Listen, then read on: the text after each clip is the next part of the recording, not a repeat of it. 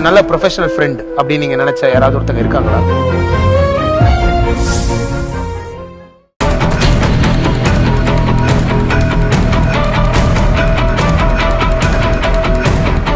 Sir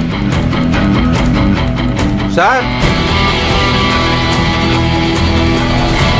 sir இங்க சக்திங்கிறவரு என்கிட்ட போன்ல பேசினாரு. நான் தான் சார் அந்த சாமிநாதனோட மாமா. அவர் போன்ல பேசினப்ப எனக்கு ஒன்றும் புரியல. படபடன்னு பேசிட்டு வச்சுட்டேன். போனை வச்சதுக்கு அப்புறம் தான் யோசிச்சு பார்த்தேன். சார் நீங்க ரொம்ப பெரிய இடம், தேவையில்லாம உங்க வீட்டு பொண்ணையும் என் வீட்டு பையனையும் இணைச்சு பிரச்சனை வந்துடக்கூடாது சார். பிரச்சனையா? அதான் நானே நேரில் வந்து எங்களை இதுல இழுத்து விட்டுறாதீங்கன்னு சொல்லிட்டு போலான்னு வந்தேன். என்ன என்ன உளறிய? முதல்ல நீங்க யாரு, என்ன பிரச்சனை, என்ன சொல்ல வந்தீங்களோ அது தெளிவா சொல்லுங்க, எனக்கு புரியல. அதெல்லாம் நான் பேசிக்கிறேன் சார், நீங்க மேல வாங்க. வாங்க சார். என்ன வீட்டு பொண்ணை பத்தி பேசிட்டு இருக்கா? தனியா கூட்டு போய் என்னத்த ஓத போற? நில்லு சார். நீங்க என்ன சொல்ல வந்தீங்களோ அதை இங்கேயே வச்சு சொல்லுங்க. சார் உங்க தம்பி தானே இவர் தான் எனக்கு ஃபோன் பண்ணாரு. சாமிநாதன் என் தங்கச்சி பையன்.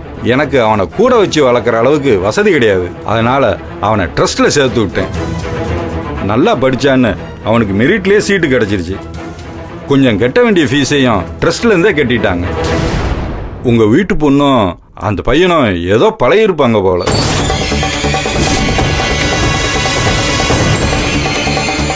அவங்களுக்குள்ள இருந்தது என்னன்னு தெரியல. ஃப்ரெண்ட்ஸுன்னு உங்க தம்பி தான் சொன்னாரு. அது ஃப்ரெண்டோ காதலோ இல்ல என்ன இளவோ எனக்கு எதுவும் தெரியாது. போதுங்க, சும்மா பேசிக்கிட்டே போகாதீங்க. என் பொண்ணை பத்தி எனக்கு நல்லா தெரியும். யாரும் படியேறி வந்து அவளை பத்தி பேச வேண்டிய அவசியம் இல்ல. மேடம் உங்க வீட்டு தம்பி சொன்னது தான் மேடம் சொன்னேன். யோ நானும் உங்ககிட்ட அப்படியா சொன்னேன்? உன் பையன் கூட பழகி இருக்கான்னு தானே சொன்னேன். உன் மூலியமா ஏதாவது க்ளூ கிடைக்குமான்னு பாக்குறதுக்கு தான் கேட்டேன். புரியுதா? அப்படி ஏதாவது இருந்தா நீ எங்க கிட்ட தானே சொல்லிருக்கணும். ஏன் எங்க கிட்ட ஒரு வார்த்தை சொல்லாம நீயே எல்லாத்தையும் செஞ்சுக்கிட்டு இருக்க? நீ எனக்கு காலையில தான் தெரியும். எப்ப தெரிஞ்சா என்ன? தெரிஞ்சதுக்கு அப்புறம் என்கிட்ட சொல்லிருக்கணும்ல. நீ வீட்டுக்கு தானே வந்த. அது எந்த அளவுக்கு சரின்னு தெரியாம நாங்க அதை எப்படி வந்து உங்ககிட்ட சொல்ல முடியும்? நீங்க யாரு என் பொண்ணு விஷயத்துல விசாரணை பண்றதுக்கு?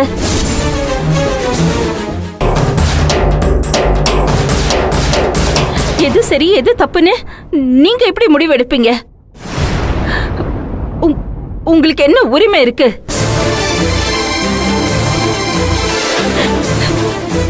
என் பொண்ணை எங்கேயோ தொலைச்சிட்டீங்க இல்ல எங்கேயாவது ஒளிச்சு வச்சிருக்கீங்களா? எனக்கு அதுவே புரிய மாட்டேங்குது. இதுல நீங்க விசாரணை பண்றீங்களா? அண்ணி அவசரப்பட்டு வார்த்தை விடாதீங்க. என்ன அடக்கிறது இருக்கட்டும். இவர் இங்க வந்து பேசுறாருல, இதுக்கு என்ன பதில்? நாங்க விசாரிச்சோம் தான், ஆனா அதெல்லாம் உண்மை ஆயிடாதுல. என் பொண்ண இவங்க வீட்டு பையனோட சேர்த்து வச்சு விசாரிக்க என்ன காரணம்? அத முதல்ல சொல்லு. அவங்க 2 பேரும் எடுத்த போட்டோலாம் அந்த பையன் பெட்டிக்குள்ள பத்திரமா பூட்டி வச்சிருந்தான். அதனால அந்த பையனுக்கு ஏதாவது தெரிஞ்சிருக்குமோன்னு கேட்க தான் விசாரிச்சோம். சும்மா இந்த முத்திர குத்துற வேலையெல்லாம் பண்ணாதீங்க. யாரு முத்திர குத்துற பேசுறீங்க? ஐயகால உடைச்சிருவேன். பேசாம நில்றா. யோ நீ கிளம்பியா? நீ யாரும் உன்ட்ட எதுவும் கேட்டு வர மாட்டேன். போ. என்னக்கா? கிளம்பியா? இருங்கய்யா.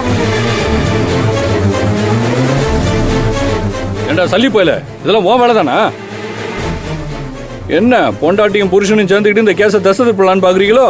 சரி, என்ன நடக்க போகுதுன்னு எனக்கு தெரியல. ஆனா நான் 2 பேரையும் விட மாட்டேன், தெரிஞ்சுக்க. ஏய் என்ன சிஐடி வேலையை பாக்குற?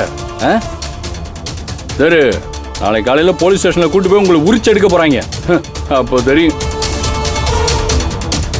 ஜனனி, நான் திரும்பவும் சொல்றேன், என் பொண்ணு லைஃப்ல விளையாடாதீங்க. அவ சின்ன பொண்ணு, அவளுக்கு இன்னும் வாழ்க்கையே தெரியல. அவ உன்னை நம்பிதான் இருக்கு